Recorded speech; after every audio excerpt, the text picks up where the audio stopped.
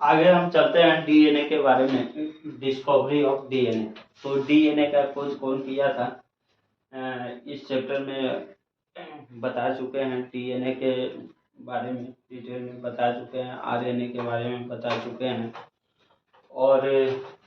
और भी बता चुके हैं बहुत सारी बातें। आगे हम चलते हैं डिस्कवरी ऑफ डीएनए। तो सबसे पहले डीएनए का खोज कौन किया था, मिस्चर नाम का साइंटिस्ट था, डीएनए का डिस्कवर किया था। कब किया था, 1869। इसको, ये कौन सा नेचर होता है, एसिडिक नेचर का होता है, इसलिए इसको क्या बोलते हैं, acidic material nucleic isolated from nucleus per cells. उसके बाद अगला है structure of DNA remain illusion as a technical limitation of isolate intact of DNA. कहने का मतलब हो गया, मिस्टर जो साइंटिस्ट था उसने डीएनए का आइसोलेट किया, एक टेक्निकल मेथड से उसने डीएनए को आइसोलेट किया। तो आइसोलेट करने का इसका विधि डिफरेंट तरह का था। जैसे आइसोलेट तो कर दिया टेक्निकल तरीके से, लेकिन वो अपने तरीका को सही ढंग से वो दे नहीं पाया। उसके बाद दूसरे साइंटिस्ट ने आया, फ्रैंकलिन और विलिकन्स ने एक्सरे के माध्यम से डीएनए को आइसोलेट किया। तो ये दिया हुआ किसका था, मिस्चर का, लेकिन मार्केट में लाया कौन, फ्रैंकलिन और विलिकन्स। काम किया कोई और, नाम का फायदा उठाया कोई और।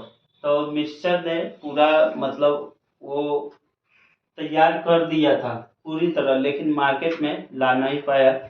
तो दूसरे साइंटिस्ट ने उसके बाद फ्रैंकलिन और विलिकन्स आया, उसने इसके डॉक्यूमेंट को ही पढ़ के और मार्केट में ला दिया। तो नाम किसका हुआ, फ्रैंकलिन और विलिकन्स का। उसने क्या किया कि एक्सरे, कोई डीएनए लिया, डीएनए पर क्या किया, एक्सरे को छोड़ा, डीएनए को एक्सरे पर छोड़ा, तो यहाँ पर उसको इमेज दिखाई दिया, डीएनए का इमेज दिखाई दिया। तो इमेज में क्या दिखा कि जो एक्सरे लाइट है वो डिफ्रैक्शन कर रहा है, किससे, स्ट्रक्चर ऑफ डीएनए से डिफ्रैक्शन कर रहा है। जितने भी उसका मतलब स्ट्रक्चर था पूरा क्लियर विजिबल दिखाई दे रहा था एक्सरे लाइट से। उसके बाद अगला साइंटिस्ट चरगाफ ने आया। तो चरगाफ को क्या किया कि डीएनए में जो भी एमिनो एसिड है उन सारे एमिनो एसिड के बारे में बताया।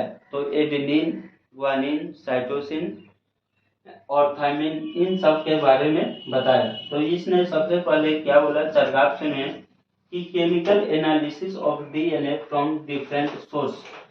ये एक प्रोसेस है डीएनए जिसको हम केमिकल एनालिसिस कर सकते हैं।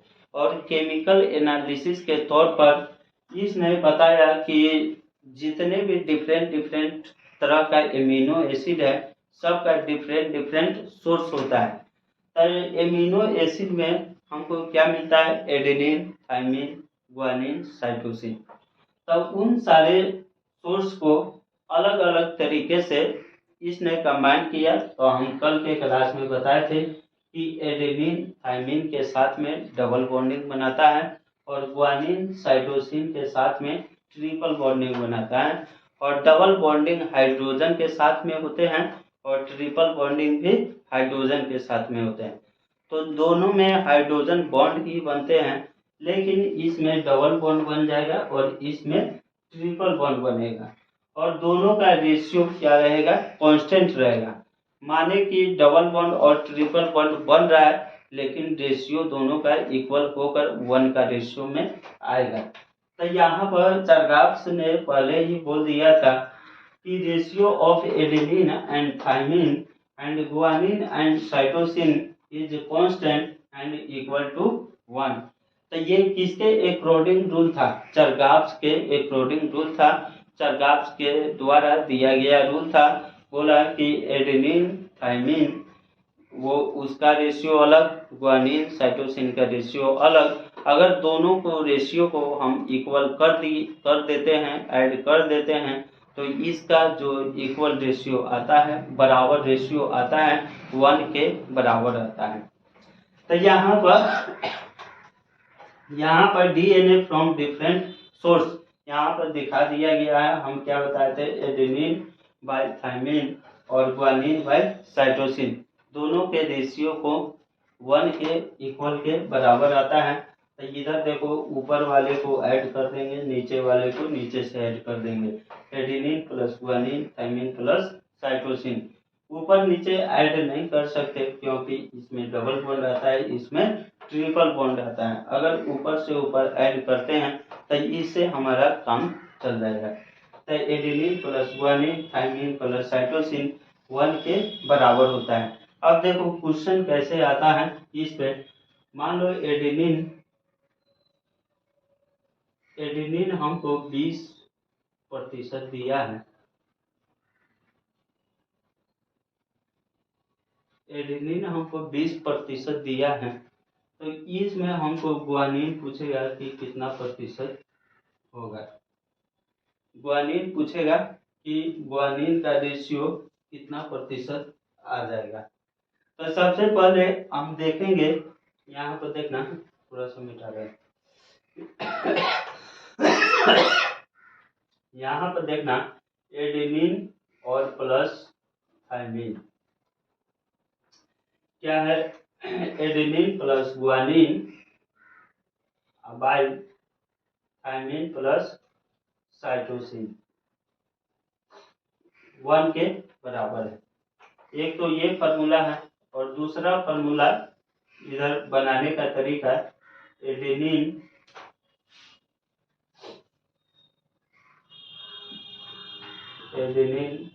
बराबर थायमिन, एडेनिन प्लस बराबर थायमिन। तो एडेनिन का रेशियो जितना दिया है उतना थायमिन का रेशियो होना चाहिए, और ग्वानिन का रेशियो जितना दिया है उतना साइटोसिन का रेशियो होना चाहिए।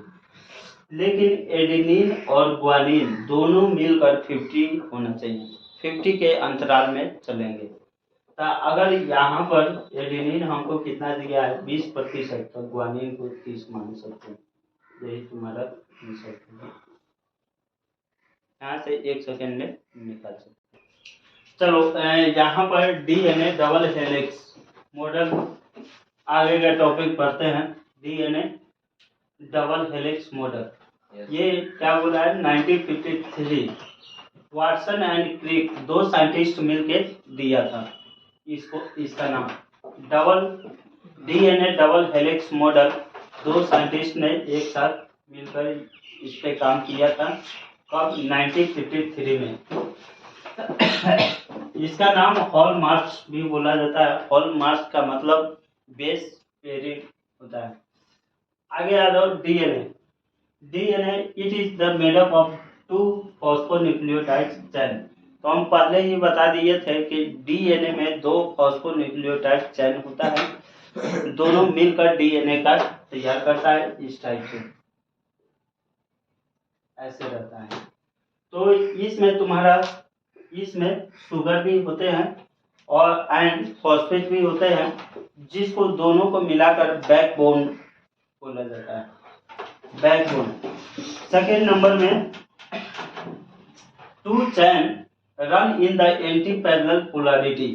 तो ये एंटी पैरेलल पोलैरिटी इसका नंबरिंग किया जाता है। जैसे में ये स्ट्रैंड है, इस स्ट्रैंड को मान लो यहाँ पे 5 डैश दिया है, तो इस स्ट्रैंड में 3 डैश इधर देंगे और 5 डैश इधर देंगे, तो 3 डैश ऊपर वाले में देंगे। तो ये क्या है, एंटी पैरेलल है, मतलब एक के दूसरा अपोजिट है। हाँ, and nitrogen base projected inwards, और इसमें नाइट्रोजन बेस को अंदर की तरफ प्रोजेक्ट किया गया है, अंदर की तरफ। 3 नंबर में क्या बोला है, the base in 2 strand are paired through hydrogen bond. पहले ही बताते हैं कि दोनों स्ट्रैंड में एडेनिन और थाइमिन उपस्थित होते हैं। मान लो यहाँ पर एडेनिन है तो यहाँ पर थाइमिन, यहाँ पर साइटोसिन है तो यहाँ पर ग्वानिन होगा। तो एक दूसरे पर एडेनिन थाइमिन के बीच में डबल बॉन्ड और थाइमिन ग्वानिन के बीच में ट्रिपल बॉन्ड, और दोनों के दोनों कौन सा बॉन्डिंग होते हैं, हाइड्रोजन बॉन्ड होते हैं, एक स्ट्रैंड से दूसरे स्ट्रैंड पर। तो वही बात यहाँ पर भाषा में लिख दिया गया है, adenine with 2 hydrogen bond with thymine. Adenine 2 hydrogen bond बनाते हैं किसके साथ में, थाइमिन के साथ में। अगला है guanine with 3 hydrogen bond. Guanine 3 hydrogen bond बनाते हैं किसके साथ में, साइटोसिन के साथ में। अगला है double ring purine base pairs with single ring pyrimidine. Double ring purine बनाते हैं लेकिन सिंगल रिंग कौन बनाता है, पाइरीमिडीन। डबल रिंग का मतलब हो गया बेंजीन टाइप का, ये हो गया 2 बेंजीन प्यूरिन में होता है और 1 बेंजीन पाइरीमिडीन में, इस टाइप से। आगे आ जाओ, अगला पॉइंट बोल रहा है the 2 chain sealed pitch 1 turn. तो यहाँ पर 2 को आपस में एक साथ मिलाया गया है। मान लो यहाँ से लेकर यहाँ तक एक टर्न पूरा हुआ, एक टर्न का लेंथ 3.4 बेस पेयर होते हैं। वही बात यहाँ पर बोल रहा है 2 चैन सील्ड मतलब कॉइल्ड, पिच 1 टर्न कितना वैल्यू हो जाएगा 3.4, अगर बेस पेयर हो जाएगा। अगर एंगस्ट्रम में बोलेंगे तो 34 एंगस्ट्रम होता है। And each distance between 2 base pair is 0.34 nanometer, और दोनों के बेस पेयर के डिस्टेंस का वैल्यू 0.34 नैनोमीटर होते हैं। उसके बाद टर्न हैव 10 बेस पेयर, और टोटल टर्न कितना होता है, 10 बेस पेयर होते हैं। 5 नंबर में क्या है, plan of 1 base pair and stacked over the other hydrogen bond. इसमें जितने भी मतलब बॉन्डिंग बन रहे हैं ये सब हाइड्रोजन बॉन्ड ही बना रहे हैं, चाहे एडेनिन से थाइमिन के पास हो, चाहे ग्वानिन से साइटोसिन के पास हो, चाहे 1 पिच टर्न क्यों ना हो, ये सब कौन सा है, हाइड्रोजन बॉन्ड का है।